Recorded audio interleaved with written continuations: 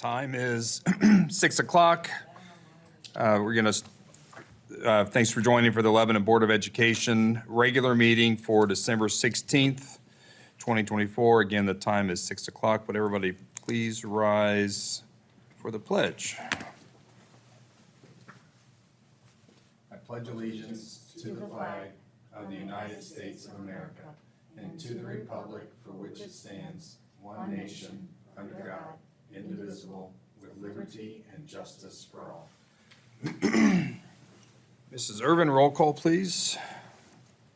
Mr. Lane? Here. Mr. McCutcheon? Here. Mrs. Cope? Here. Mrs. Dalton? Here. Mr. Gliotti? Here. Item number 4, I need a motion to approve the agenda as presented. So moved. Second. Any questions on the agenda? Lots of policy updates. No questions? Roll call, please. Mrs. Dalton? Yes. Mr. Gliotti? Yes. Mr. McCutcheon? Yes. Mrs. Cope? Yes. Mr. Lane? Yes. Motion carried. Item number 5, can I combine these? Is that all right? Separate? You probably need to do these separate. Okay, need a motion to approve, for A, approve and sign the minutes of the regular meeting from November 18th, 2024. So moved. Second. Any questions or comments on those sets, that set of minutes? All right, roll call, please. Mrs. Cope? Yes. Mr. Gliotti? Yes. Mr. Lane? Yes. Mrs. Dalton? Yes. Mr. McCutcheon? Yes. Motion carried. And 5B, I need a motion to approve and sign the minutes from the special meeting on December 4th, 2024. So moved. Second. Any questions or comments there?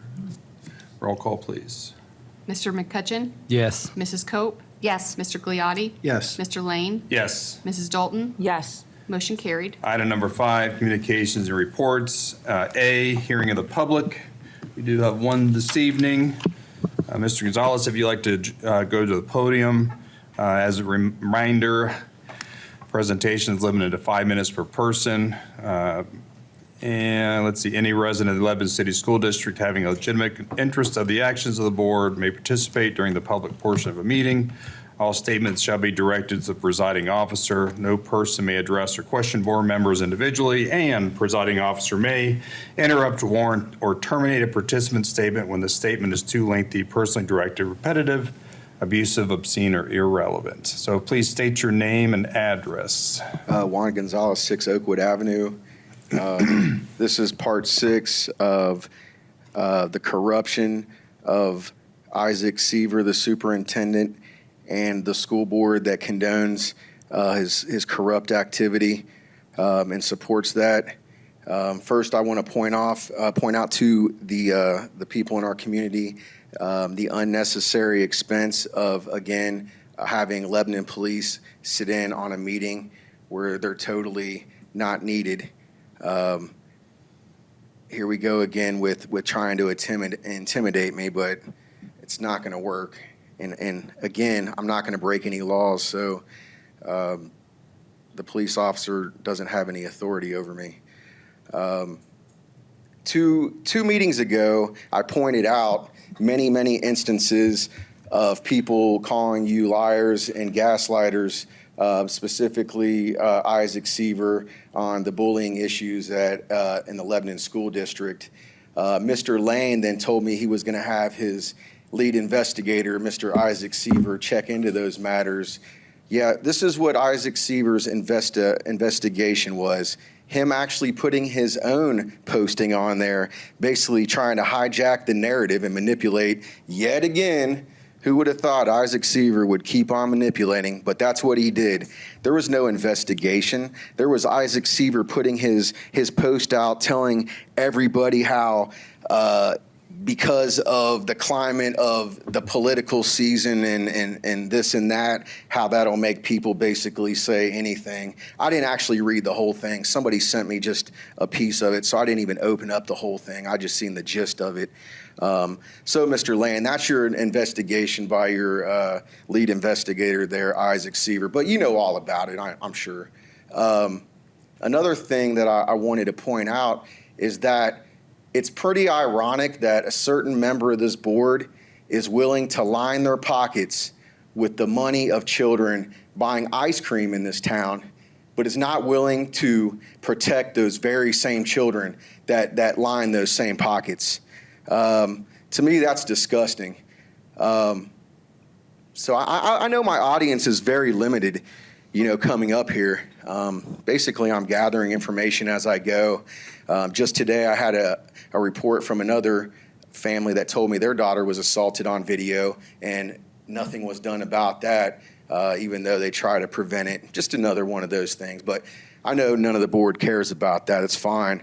But I probably only have a minute or so. But my next plan of action is to actually start hitting downtown on public sidewalks and just having intimate conversations with people that live in our community, and let them know how much you guys really care, and to watch these meetings and to look into your faces and show how much you really care about the kids in this community. And not everything happens overnight, so I'm willing to take this time. It's fine. My small audience here just keeps on growing. It's fine. But what I need from the community, I need people to come up with candidates to fill these seats right here. I know Mr. Lane's got a couple years to go. A couple of them got a couple years to go. A couple of them have a year to go, whatever. It's crucial that we find people that really care about this community. Reading the bios of this board, one word kept popping up, and that was the word community. Actually, that kind of made me a little more frustrated, because they want to mention that word, but they care nothing about it. It's only about themselves and what they can do to line their pockets or to pull certain strings. I guarantee if any of your children were involved in any of these same incidents, there would be different courses of actions taken. But it is what it is. So expect to see me downtown. I'm going to be on a public sidewalk this Saturday if anybody wants to come talk to me. I have more than enough documentation from over 300 people in this school district that I have screenshots of their stories through text or through Facebook.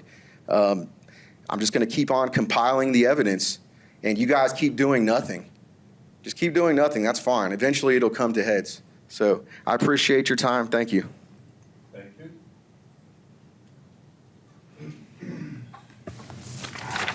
you. B, Student Board Member Update, Isaac Parlett. This is the Lebanon High School update for the month of December. Due to Thanksgiving break and it being a shorter month, there are fewer topics to go over. We welcomed our newest staff member this month. LHS has welcomed a new canine friend to campus, a facility dog. Through the district's partnerships with Circle Tail Inc. and Love Like JJ, we are able to host a service dog in our guidance department daily. Special thanks to Maggie Holdcamp, Lauren Wall, and Alyssa Fugit, who went through the extensive training necessary to host a working dog. We are excited to be able to offer this additional support to students. Facility dogs provide emotional, educational, and therapeutic support. They're especially trained to be calm, reliable, and affectionate. We also had NHS inductions this past month. Special thanks to Rachel Hahn, Steve Richardson, and the members of the NHS committee for their hard work in this process. Shout out to special guest speaker Lance Links and to the newest honorary member, the advisor Rachel Hahn, for their excellent speeches. Congratulations to one and all on another great NHS induction ceremony. We also had a book donation drive that was very successful. 3 Educator Rising students, Avery McKnight, Claire Chamberlain, and Rowan Krause, planned, organized, and carried out and finalized a book drive last month. The students collected 613 books for kids in grades K through 8. All the donations went to the Dakota Center in Dayton. We are very proud of them and how they represent LHS. Next, we had the AFJ ROTC Baton March Memorial Hike. Our AFJ ROTC Annual Baton March Memorial Hike was this past Saturday. This year, we partnered with Springboro High School AFJ ROTC to complete the 14.7-mile hike around Cedars Creek. We had a total of 85 cadets and a dozen chaperones from both schools to participate in the event.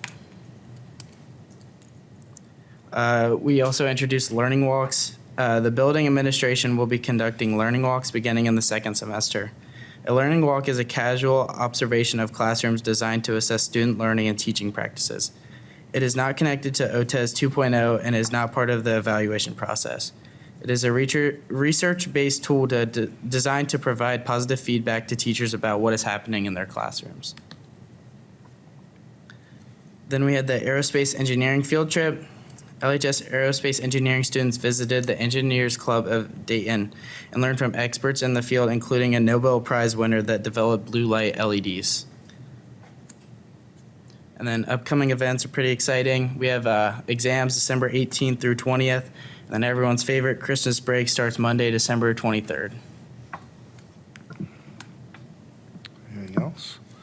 I wanted to just touch base before we moved on. Isaac probably doesn't have a whole lot of information about this on learning walks, but this year we're utilizing a retired administrator who used to work in the district to come in and do some administrative professional development. We've got him scheduled like 6 times throughout the year. It's not, a lot of work, but in time, but meeting with every single ability administrator. And one of the things that was a priority for us this year was administration is being more visible and active in the buildings. A lot of the things about leadership and making a true impact in your building happens outside the office. And so how can they get out into the buildings more often, be in classrooms? Learning Walk is something that they did here. It's been 6-8 years ago. They went through some original training, and 30-second feedback was the type of thing. Walk into a classroom, you spend very little time, and then what is 30-second feedback is all positive. Here's what I saw, here's what I loved. It's just a way of connecting with teachers. And so it's happening in all of our buildings, not just at the high school. And we think it's really, so far, the work with Tom Olson is the retired building principal. For those of you who know Tom from his time here, Tom has been working with all of our building administrators. It's been extremely impactful, his relationship with them, because it's not evaluation even from the superintendent and the HR director. Building principals could say, here's what I would like some help with. And it's been really great. So I'm looking forward to the impact I think this will have. So thanks for bringing it up, Isaac. I appreciate it. So moving on to C, Superintendent's Report.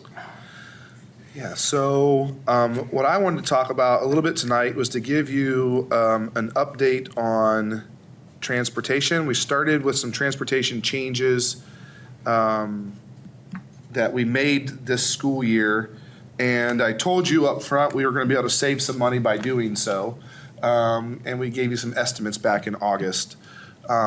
So what we did, just as a reminder and as information, we start times, our buildings were adjusted by 15 minutes for everybody except for one building. Shuffled them either earlier or later in the day to allow for that. We were able to reduce the total number of routes by adding additional time in between routes. So at the beginning, we cut 6, we had 6 fewer buses on the road. I can tell you today that was an extremely beneficial decision for us. We have 3 vacant routes right now that we have not been able to fill. So we've had vacancies due to some long-term medical issues. So our subs that were originally going to be kind of everyday permanent subs that came, we told them in the morning, theoretically, hey, you show up today, you're on bus 4. Tomorrow you may be on bus 6. Well, they're driving some of those long-term routes. Our substitutes are way down, but we also have 3 routes we can't fill. Had we not reduced those 6 routes, we'd be looking at 9 routes that we couldn't fill. We'd be in a lot of problems. So we're right now struggling transportation-wise in terms of finding staff, but this was a really beneficial decision for us ahead of time. We did also have the reduction of time between routes. So if you drop off at the high school, but you can't start picking up Berry students for another 20 minutes, well, we were paying somebody to kind of deadhead, or paying somebody a layover time because they were on the clock and on their bus before they can start driving to pick up kids. So that's one of the things we were able to reduce that time, becoming more efficient. And then also, and this is one of the ones that's been met with some resistance and some complaints, but it allowed us to reduce the number of routes, was adjusted pickup locations for some of our high school students. So my neighborhood, my street, the students that live in my house or my neighbors, they have to walk a half mile along sidewalks to get to the group bus stop up by the middle of the neighborhood. We are the longest of those walks in the district. But high school kids, we're not required to provide high school transportation, and there's no maximum distance that they can walk. Everybody else below high school, half mile is the furthest, but we don't have anything close to that for anybody at the lower grade. So we adjusted and made some group bus stops and got to the point where we weren't picking up high school kids, 1, 2, 3, 4, 5 kids at a time, kind of group stops. And then we were able to bring in some outsourced routes back in. So those were the adjustments that we made. Back in August, we had the August column that was a prediction on how much money we were going to be able to save. So we thought we could save $93,000 in private transportation. We were actually able to save $124,000. We were to bring some, so that savings is higher because of some benefits and some fuel savings. You'll see the little numbers up in the corner that coincide with the legend there at the bottom. Reduction in total driver and aid hours. We thought we were going to save 117 based off of the prediction. We ended up having to add a route at Bowman because Bowman was, we had more kids sign up for transportation and opted in than we thought we're going to, or opted in late. So we ended up having to add a route back, and we've had to add and adjust some time. So that wasn't quite as big of a savings, but still $75,000. Those are real numbers as of our December, right? Those are no longer estimates, those are real numbers. The next three are still rougher numbers and estimates. We know how many buses we took off the road. We know what it costs to maintain a bus every year. And so we haven't gone through a full cycle of maintenance yet for the year. But if we took 6 buses off the road and it took $5,000 a year to maintain them with oil and tires and such, that was the estimate that was there. And the additional benefit costs, we won't know until we make it through a full year and we can assess those things. So prediction going in was $226,000. We're actually, as of December, 6 months into this decision, on track to save $214,000 by those decisions. Also, the other reason we knew this was a good idea, we thought it was a good idea, and we knew we needed to make some changes was this doesn't factor in the fact that we will receive more transportation funding because we're going to get the efficiency bonus out of these changes. So we'll increase our transportation funding. And the second part of that is that we needed to find ways to operate without as many drivers, knowing that driver shortages were a problem everywhere else. One thing I just want to make the board aware of, we're not in a position that we have to do it right now, but our office staff at the transportation office, our secretaries, our routers, our assistant supervisor, our supervisor, all of them are driving a bus almost every single day, which means then they're getting overtime because they got to come back and do their jobs that they're hired to do in the office. Also means that they're putting in a ton of hours and it's not sustainable. They do that so we don't have to cancel routes or make any decisions like that. But watch the news, look at any of our neighboring schools, and they're rotating on a regular basis. We don't have enough drivers today due to a driver shortage. We got to shut down bus 24 for the day, and they start rotating. And that means any kid on bus 24 is not going to get transportation that day or whatever. We're getting close to being in that situation where we may have to make some hard decisions if we can't get substitute drivers or if we can't fill those 3 vacant routes. So just something to be aware of, and we'll have to do so within the guidelines of Ohio state law, which has made it harder to do that. But that's something that we may have to start looking at second semester if it doesn't lessen or lighten up for us. So what happens if you cancel a route for Bowman students? Are they excused for that day? They have to get there? Because I know we have to we're required to provide transportation. we, at that point in time, we would say to them, if you can get here, great. And if not, then we have to look at how we count those as excused absences or non-absences. I don't have that answer yet.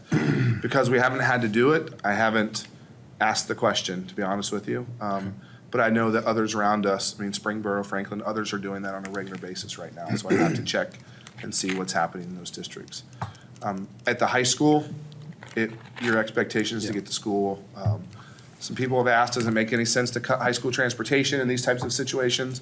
No, because how we have things routed at this point in time, they're not only just driving high school, they're driving high school, then Berry, then Bowman, or high school, Donovan, and Bowman. So it doesn't do us any good to look at that we can see at this point in time. So something to be aware of as we look at that. That has nothing to do with us changing our routes or cutting our routes. Has everything to do with the workforce, just the labor workforce shortage and people applying for vacant jobs.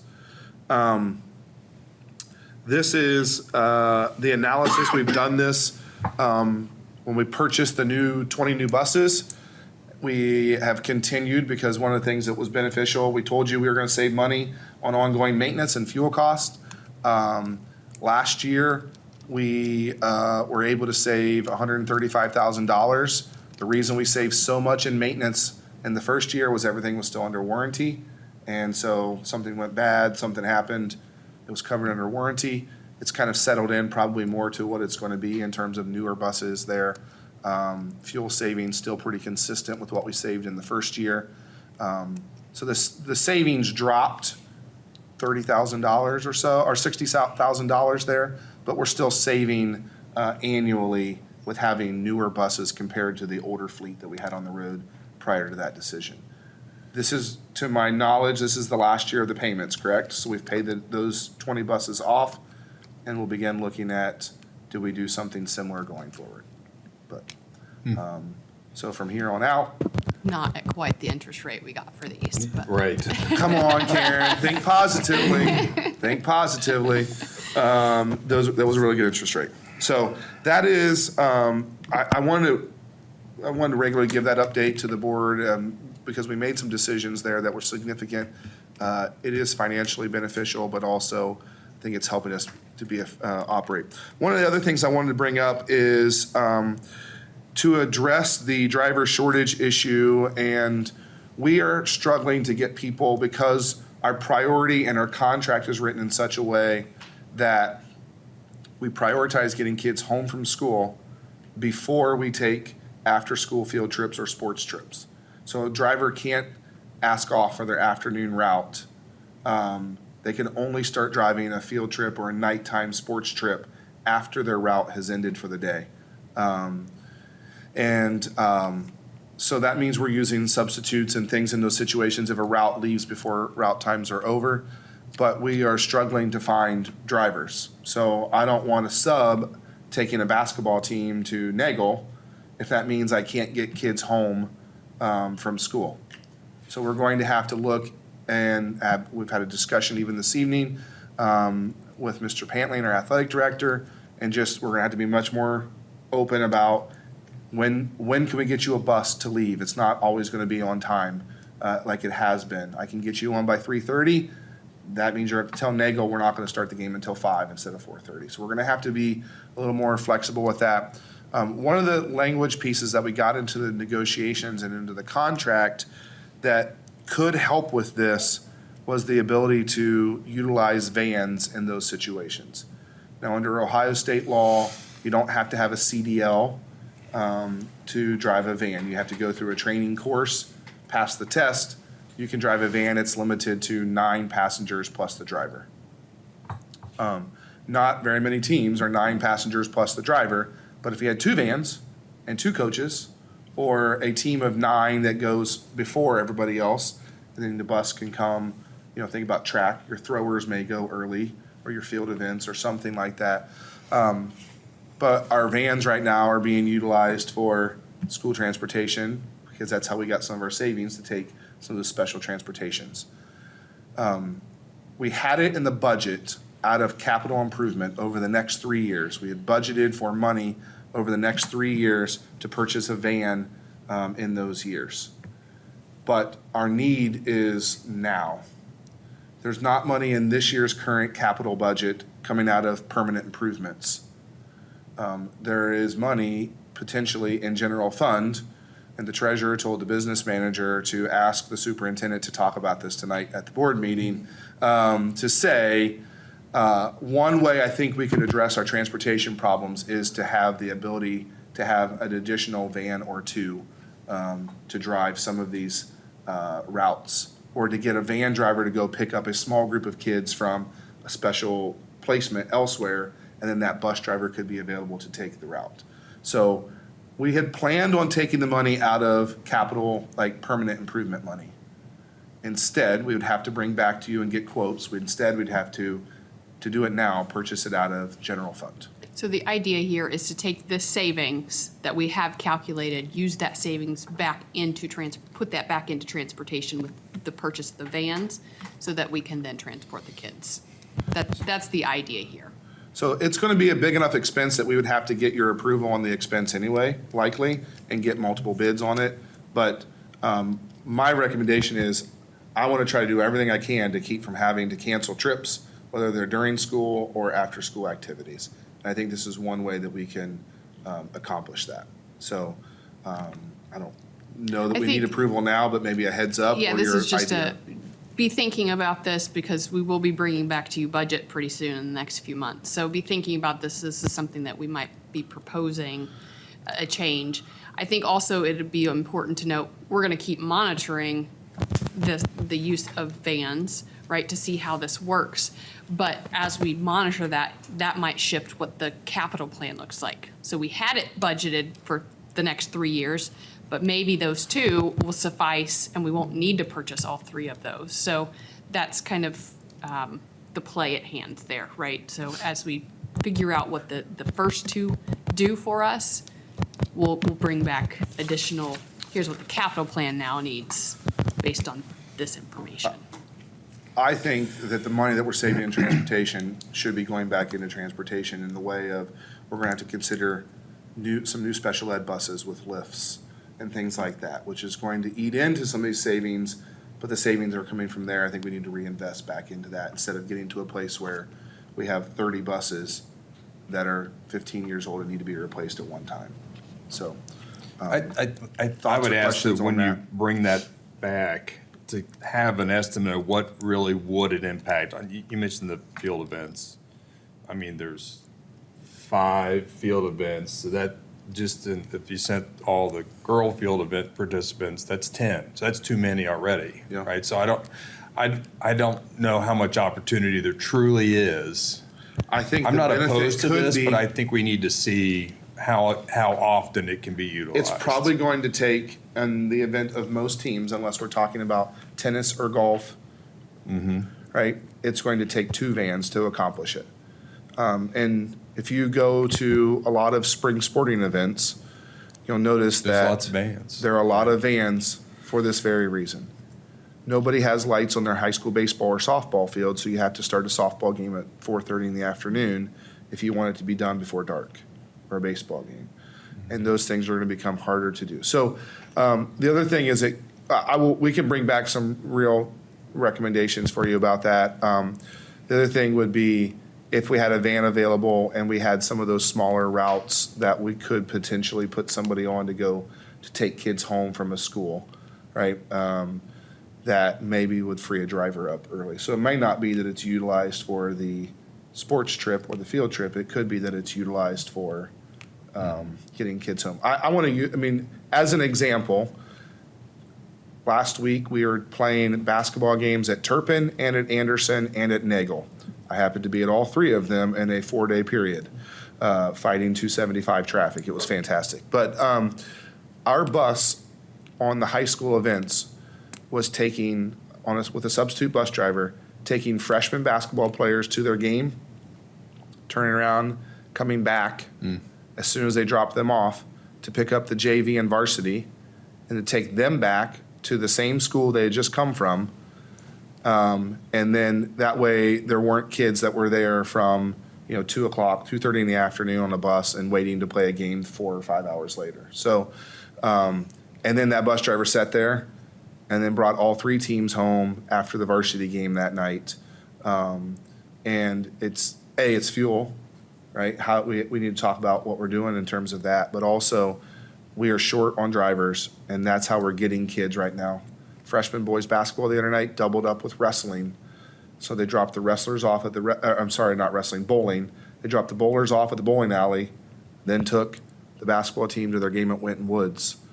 So we're being creative and we're doubling up now, but it's becoming a problem. So I try to, sometimes this is like, you're going to start hearing questions and complaints about transportation. There's some information here that I can share with you about that ahead of time. So Best solution is more drivers, right? if you are willing to even drive and want to drive in the morning or want to drive in the afternoon, we have some people that, we're going to have to look at what we do and be creative in the department. But if you're willing to help one day a week, that's better than somebody who can't drive at all. So if you're out there listening, we need school bus drivers. So that was longer than I wanted it to be, but I think it's important to know that we're short and we're gonna have to start making some decisions. Yeah, I appreciate the heads up. Yeah, I just want to say thanks for sharing this because I think that people out there could underestimate the complexity of this and the efficiencies that we're trying to create. At the same time, all the dynamics and also how fluid it is because drivers kind of come in and out. It's not necessarily as long-term of a position as we would like. And They can make more money down the road sometimes, and so they go, or they're in between jobs, and this is something that's good money. It is good money. Sure. The other thing is, some people have tried to, transportation is, it's complex, but I don't believe it's because we made the changes. I think the changes that we made prior to the school year have actually helped us You'd be 6 drivers short, right? at least, Yeah. right? And so that actually helped us. So some people have tried to make the connection of, well, if you didn't change transportation, you wouldn't have these problems. No, we'd have worse problems. We'd be more drivers short. So I think the more information, if you have any questions, if anybody calls you or has concerns, send them my way. We'll answer their questions. We'll deal with it. So. Thanks for that update. Any other questions? No? Moving on to board committee reports, and we'll go with Student Achievement Liaison, Mrs. Dalton. Okay. All right. There's just some highlights today in my report, but I wanted to say, Isaac, you did a great job of giving us all the information on what's going on in the high school. Thank you. And that's, there's just a lot going on there, and appreciate you taking a lot of time to give us the update. It's okay.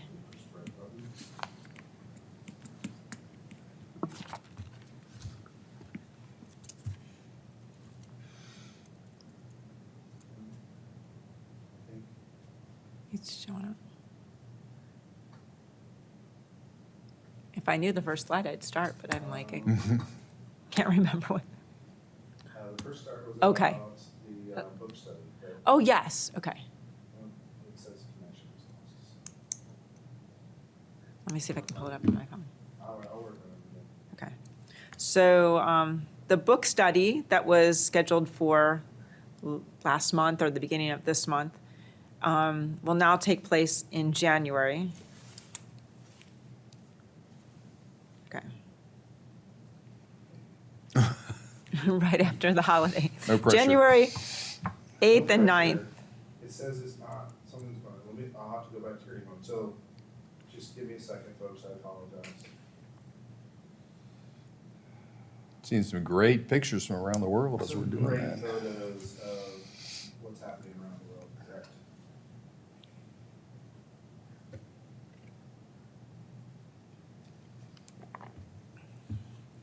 Let me do it this way.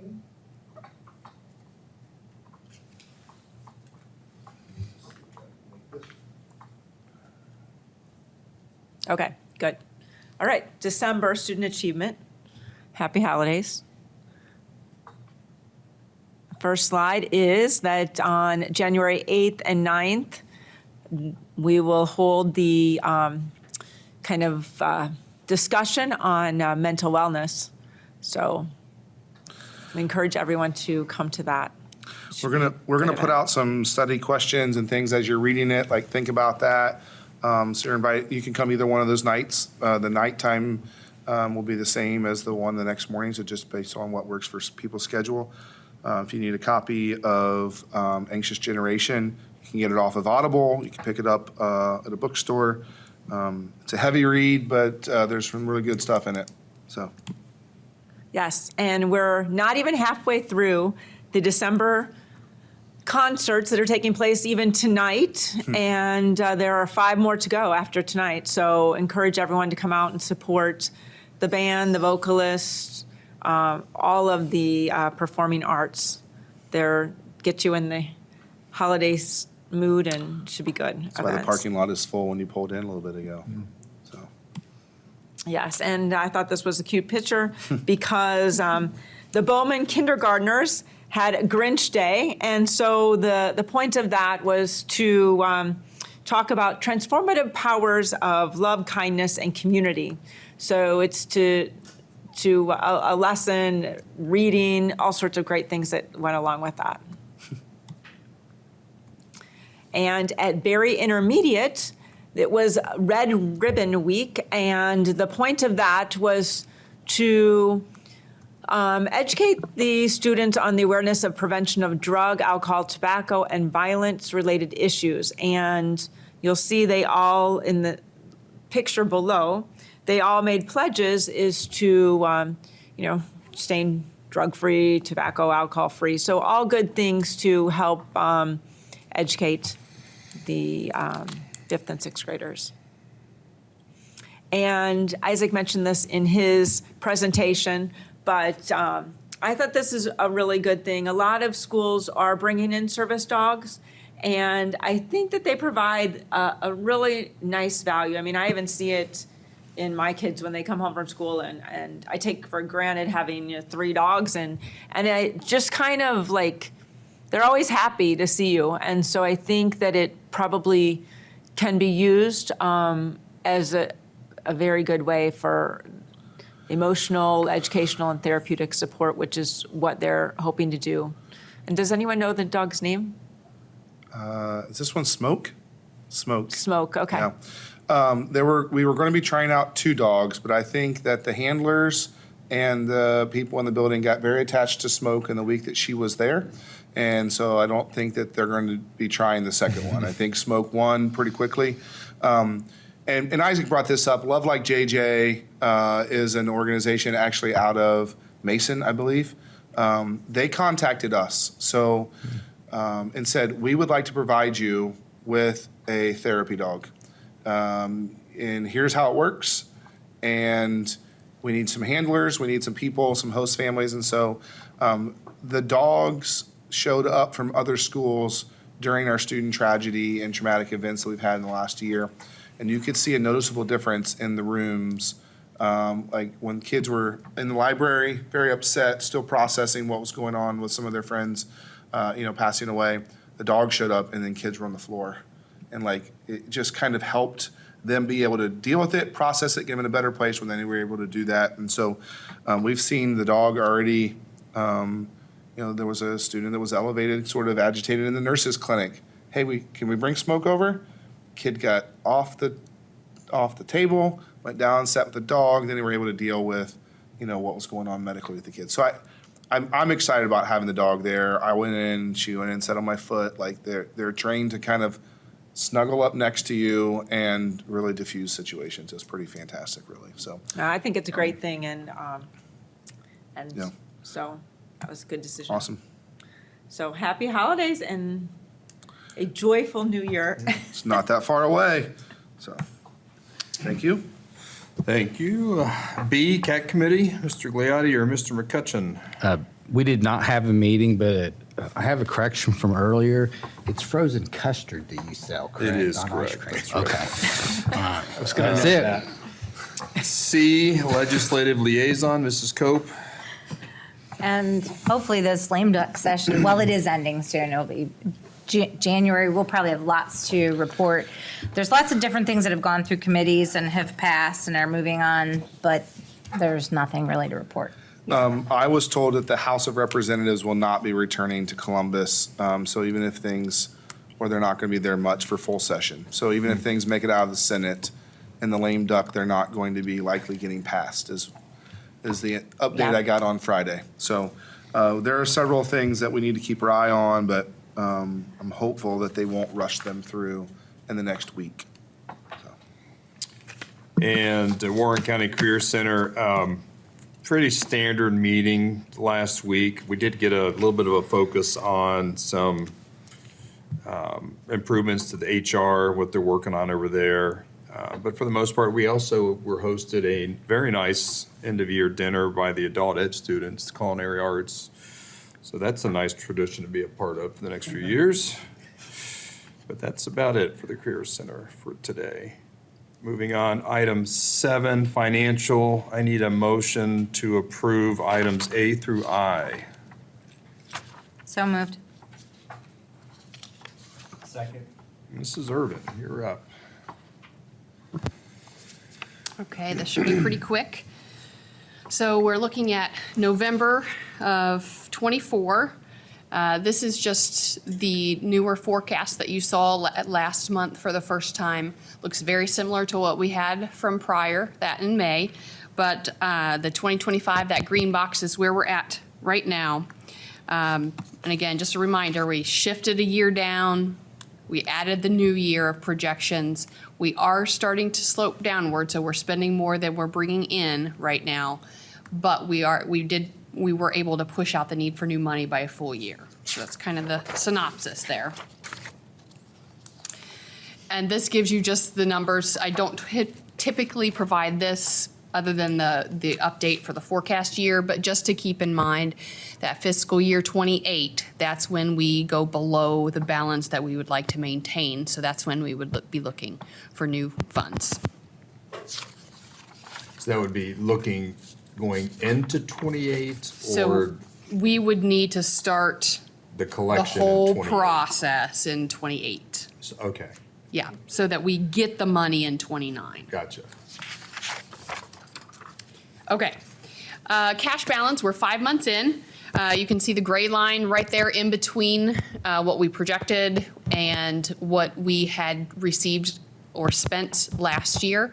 So right where we thought we were going to be. Currently, we're at 107 days of operating cash, looking at a target of 120.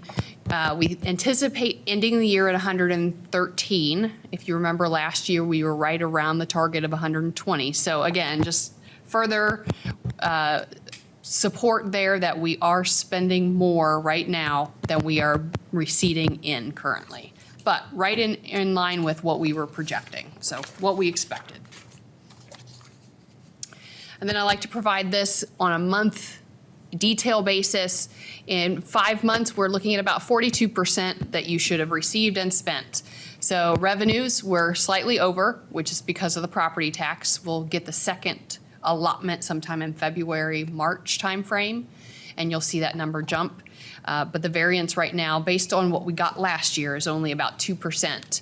Expenditures were slightly under that target, 42%, and the variance is about 4%. Most of that is related to personnel costs. So we talked a little bit last month about the insurance changes. Those are occurring this month for payroll. So I'm curious to see how that will impact. But also just wages were off a little bit. So that could be related to supplementals that we haven't paid, stipends.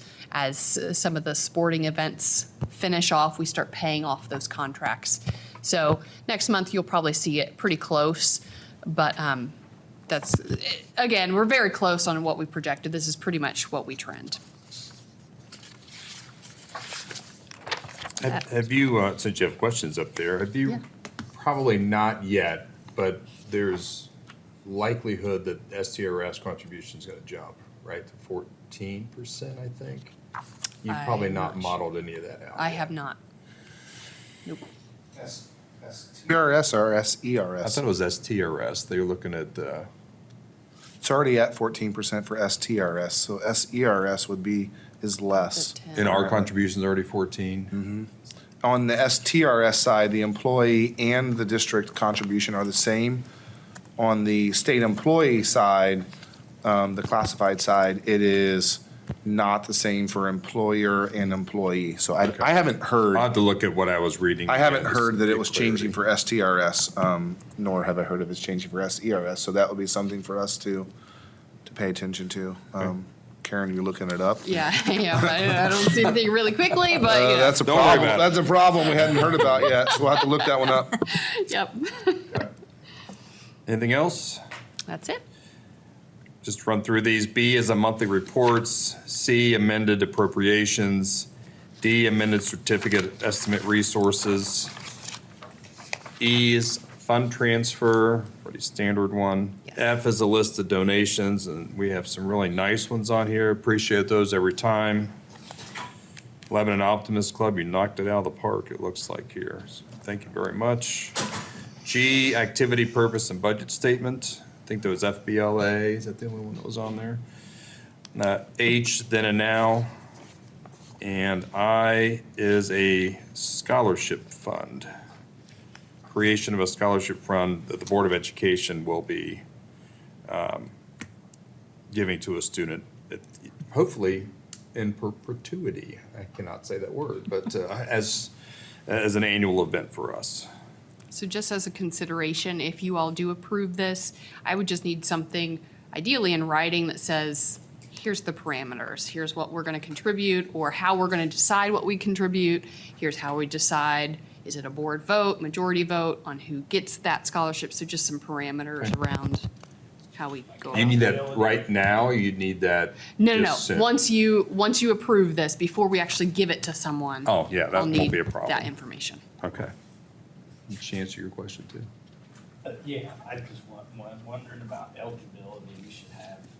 Yeah, we- Criteria or something. So Yeah. I do know that at Lebanon High School, a lot of times people will create scholarships and then say, guidance department, run it, right? They kind of put it out, they will do everything. If that's not what the board wants, it's fine. But there's likely something similar. There's an administrative scholarship and things like that. They could probably kind of help with some documents. If that's, we can reach out to the guidance office to ask for that. I can pass it along to you guys. Any other questions or comments? A through I. Roll call, please. Mrs. Cope? Yes. Mr. Lane? Yes. Mrs. Dalton? Yes. Mr. McCutcheon? Yes. Mr. Gliotti? Yes. Motion carried. Item number 8, public records requests. Item number 9, other educational consent items. Maybe I was getting a little ahead of myself there. So I need a motion to approve item A, overnight out-of-state student trip. So moved. Second. And this is for LHS FBLA to attend the Ohio FBLA State Leadership Conference in February. Anything to add?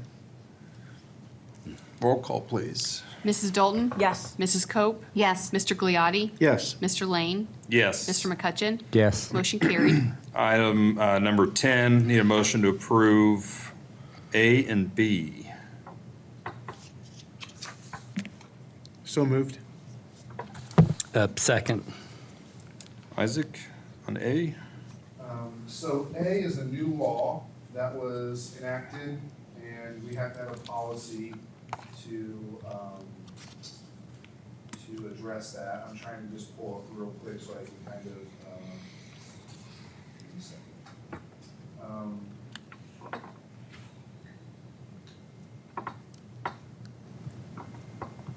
So the policy is, I apologize, I got you. Thanks for waving me down over there in the corner. I didn't turn my microphone on. The policy was passed, the state law was passed in House Bill 214 that made it to where the school district could not require staff members to sign anything or agree to a specific set of beliefs, political affiliations, ideals, or principles. It also requires each school district to adopt a policy by January 22nd of 2025. So the policy passed. It passed pretty quickly. They put it into effect. Neola is getting this to us now so we can have it by the date in January, this coming January. Prohibiting the use of statements of commitment or soliciting or requiring specific individuals to affirmatively ascribe to specific beliefs, affiliations, ideals, or principles concerning political movements or ideology. And so there were, the policy is pretty much directly quoting the law. We are not requiring our employees right now to agree that before we hire them or after we hire them that they're going to follow any sort of religious belief, ideal, political party, or statements of affiliations. Maybe that must be a problem someplace else, but it's not been an issue here. And so the state law This is simply following that, so. Okay. And B is a list of policies in final reading. There are 43 policies on here. I didn't have any questions or comments in the last month from anybody, so I don't know specifically if anybody needed anything, so. A lot of these are just grammatical or minor word The changes. law changes, we have to change it, and then it changes in 6 different places, right? That's the type of thing. So, the other thing I do want to bring up is that we made changes to this policy around electronic monitoring and equipment. There are a lot of these things that are in Is this here. number 22? Yes, and then and it was kind of all throughout. We're gonna be coming back in the next, brief period of time and asking you to change some of these policies again. Because when they passed, Senate Bill 29, they required us to do all these notifications of parents whenever we looked at a student account. And there were going to be regular notifications being sent to home.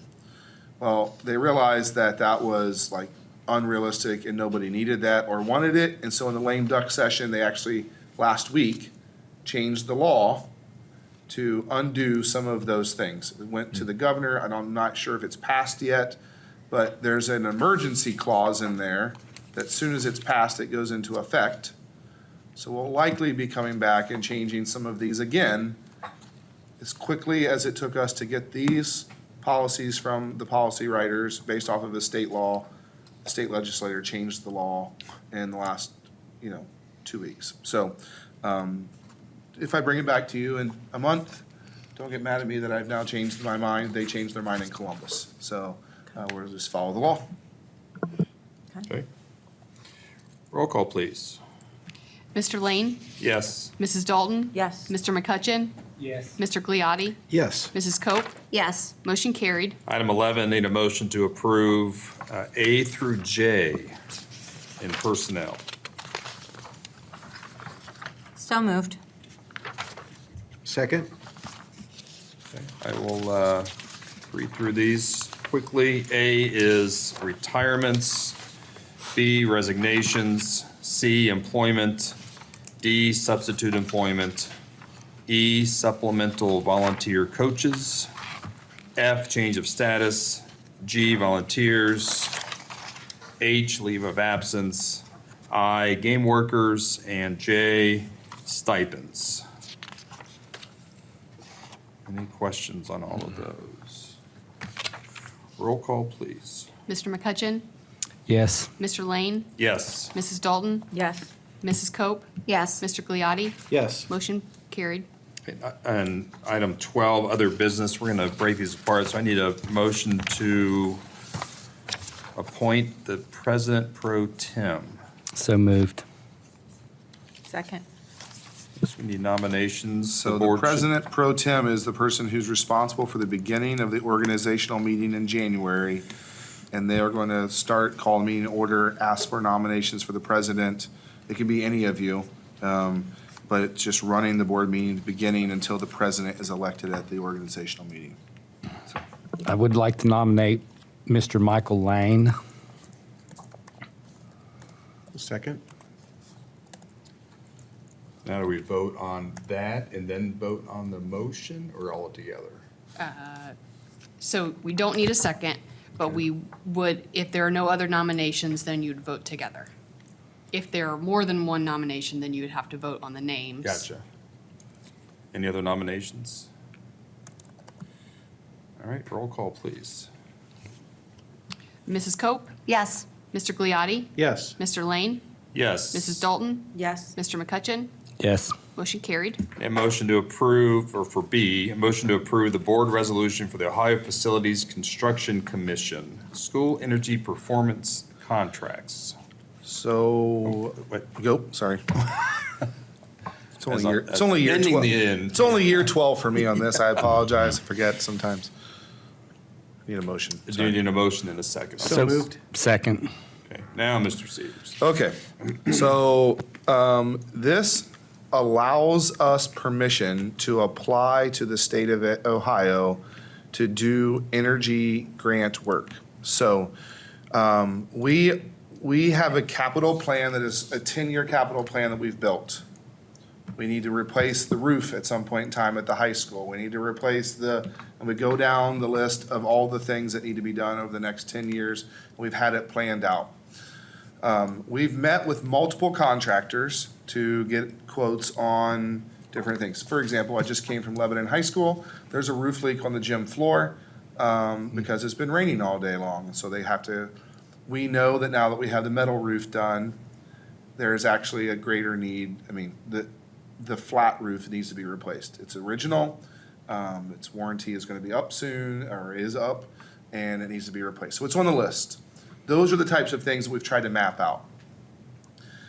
There is a contractor, it's actually listed in the plan as Vista Consulting.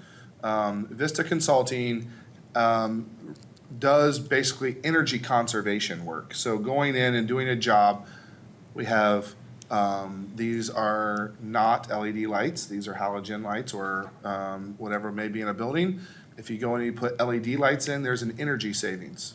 So the cost of the lights and the replacement is paid for in a lot of times by the energy savings. And there's a calculation and all those things that has to be done. Certain work qualifies as energy conservation work. Other work does not. It is hard to say that parking lots are going to save you any energy. Likely cannot be done as a part of this thing. But a roof, a flat roof over a gymnasium has an ROI actually, because what you're actually going to do is you're actually going to address the insulation while you're doing the roof as well. So there's a return on investment, there's an energy savings, it could potentially be covered by that. Lighting retrofits, going into cafeterias, gymnasiums, hallways, classrooms, and saying we're gonna take out a light bulb and replace it with an LED, has a pretty short turnaround time. It also has benefits by being a different type of light. So what we're asking for here is there's an entire plan. They've quoted a lot of different things. It says if we replace the heating units that are in the DPC on that half of the building, which are like 40 years old and starting to fail, and we're limping them along, there's an energy savings to replacing them. So maybe we can get it. This gives permission for us to get in line to have access to grant money up to $2 million, or there's $2 million of grant money going to be given away. There's also the ability to apply for an energy conservation loan, which is as little as 0.25% coming from the state of Ohio, that we can get up to, I think, $2.5 million in a loan. Everything that's on here, if we did every single thing that they told us, that was on our plan that we gave to them, it's like a $6.5 million project. We can't get the 0.25% loan for that much. We don't get the grant for that much. Then we begin looking at what can we do if we're going to do things. We're going to have to do some work. The high school flat roof has to be replaced. Several places where lighting needs to be addressed. Several places where HVAC systems need to be addressed. Those would all fall under this category. So we're not committing to spending any money here, okay? What the board is committing to do is send our application to the state of Ohio so we can get in line that if we come up with a plan, we have the ability to apply for the loan and the grant. Does that make sense? Okay. Any questions about that? Sounds like a good idea to me. 0.25% is pretty good. I don't know Yes, about it your is. banking world, but Yeah, I would state's take giving it. money away pretty much for free. So we better take it and pay it back. So, So roll call, please. Mr. McCutcheon? Yes. Mr. Gliotti? Yes. Mrs. Dalton? Yes. Mr. Lane? Yes. Mrs. Cope? Yes. Motion carried. Item number 13, board comments. Any comments tonight? I've got a couple. I just want to say that I personally do not share the views of the public speaker today as they were expressed toward Mr. Severs or Mr. Lane. I find them not credible, and I find them ridiculous. Secondly, I applaud the district at the, as a commercial vehicle owner, the modernization of the fleet is absolutely going to save you money. As a fleet owner myself, I resisted that for many years. And there's just a point where you must do that. Your drivers are happier, the vehicles are safer, and they're far more efficient. So I just want to applaud the district on that decision. I think it's great. Thank you. Anything else? I have one. I had the opportunity to go to the career experiences presentations last week, and every time Bonnie Brooks and Jen Coleman have the students do that, I just love to go and hear all of the students, the research that they've done and their plans that they have, and I just want to continue to support Jen Coleman and Bonnie Brooks in that. It's just an amazing opportunity for those students. I'm glad that several of us made it. I did not this year. I had a conflict, but I agree with you 100%. That is an outstanding program we have. Any other comments? All right. Item number 14, I need a motion to approve to go into executive session to consider the appointment, employment, compensation of a public employee or official. So moved. Second. Roll call? Mr. Gliotti? Yes. Mrs. Dalton? Yes. Mrs. Cope? Yes. Mr. McCutcheon? Yes. Mr. Lane? Yes. And we Motion will carried. not be taking any voting actions when we come out of executive session. So thank you for joining us this evening.